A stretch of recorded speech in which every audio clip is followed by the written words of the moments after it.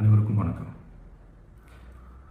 என் லைஃப்பில் இந்த மாதிரி ஒரு பெயின்ஃபுல்லான ஒரு சுச்சுவேஷனை நான் ஃபேஸ் பண்ணதே கிடையாது.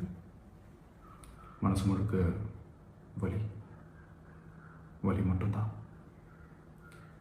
இந்த சுற்றுப்பயணத்தில் என்னென்ன மக்கள் பார்க்க வராங்க, அதுக்கு ஒரே ஒரு காரணம் தான், அவங்க என் மேலே வச்சிருக்கிற அன்பும் பாசம். அந்த அன்புக்கும் பாசத்துக்கும் நான் எப்பவும் கடமைப்பட்டிருக்கிறேன்.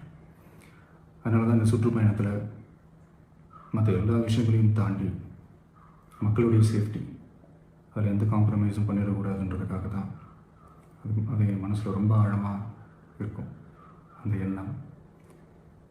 அதனால தான் இந்த அரசியல் காரணங்கள் எல்லாத்தையும் தவிர்த்துட்டு ஒதுக்கி வச்சுட்டு மக்களுடைய சேஃப்டி மட்டும் மைண்டில் வச்சுக்கிட்டு அதுக்கான இடங்களை சூஸ் பண்ணுறது, அதுக்கான இடங்களை பார்த்து பெர்மிஷன் கேட்குறது, போலீஸ் டிபார்ட்மெண்ட்டில் அதை ரிக்வெஸ்ட் பண்ணி கேட்போம். ஆனால் நடக்கக்கூடாதது நடந்துருச்சு. ஆனால் மனுஷன் தானே, அந்த நேரத்தில் அத்தனை பேர் பாதிக்கப்பட்டு இருக்கும்போது எப்படி அந்த ஊரை விட்டுட்டு என்னால் கிளம்பி வர முடியும்? நான் திரும்ப அங்கே போகணும்னு இருந்துச்சுன்னா அதை ஒரு காரணம் காட்டி அங்கே வேறு சில பதட்டமான சுச்சுவேஷன்ஸ், வேறு சில அசம்பாவிதங்கள், அந்த மாதிரி எதுவும் நடந்துடக்கூடாதுன்றதுக்காக தான் நாங்கள் அவாய்ட் பண்ணோம். இந்த நேரத்தில் சொந்தங்களை இழந்து தவிக்கிற அத்தனை குடும்பங்களுக்கும் என்னுடைய ஆழ்ந்த இரங்கலை தெரிவிச்சுக்கிறேன். எனக்கு தெரியும், என்ன சொன்னாலும் இது ஈடையாகாதுன்னு எனக்கு தெரியும்.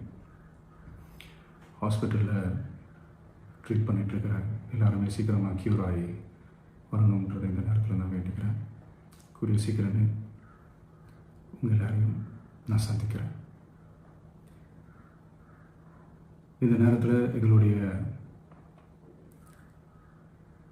வலிகளை, எங்களுடைய நிலைமையை புரிஞ்சுக்கிட்டு எங்களுக்காக பேசின அரசியல் கட்சிகளை சார்ந்த நண்பர்கள், தலைவர்கள் அனைவருக்கும் என்னுடைய நன்றியை தெரிவிச்சுக்கிறேன்.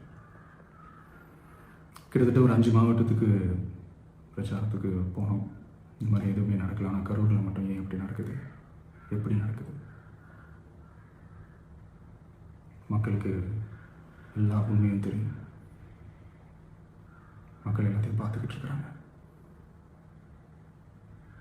கரூரை சேர்ந்த அந்த மக்கள் அந்த உண்மையெல்லாம் வெளியில் சொல்லும்போது எனக்கு கடவுளே நேரில் வந்து இறங்கி அந்த உண்மைகள்லாம் சொல்கிற மாதிரி எனக்கு தோணுச்சு. சீக்கிரமே எல்லா உண்மைகளும் வெளியில் வரும்.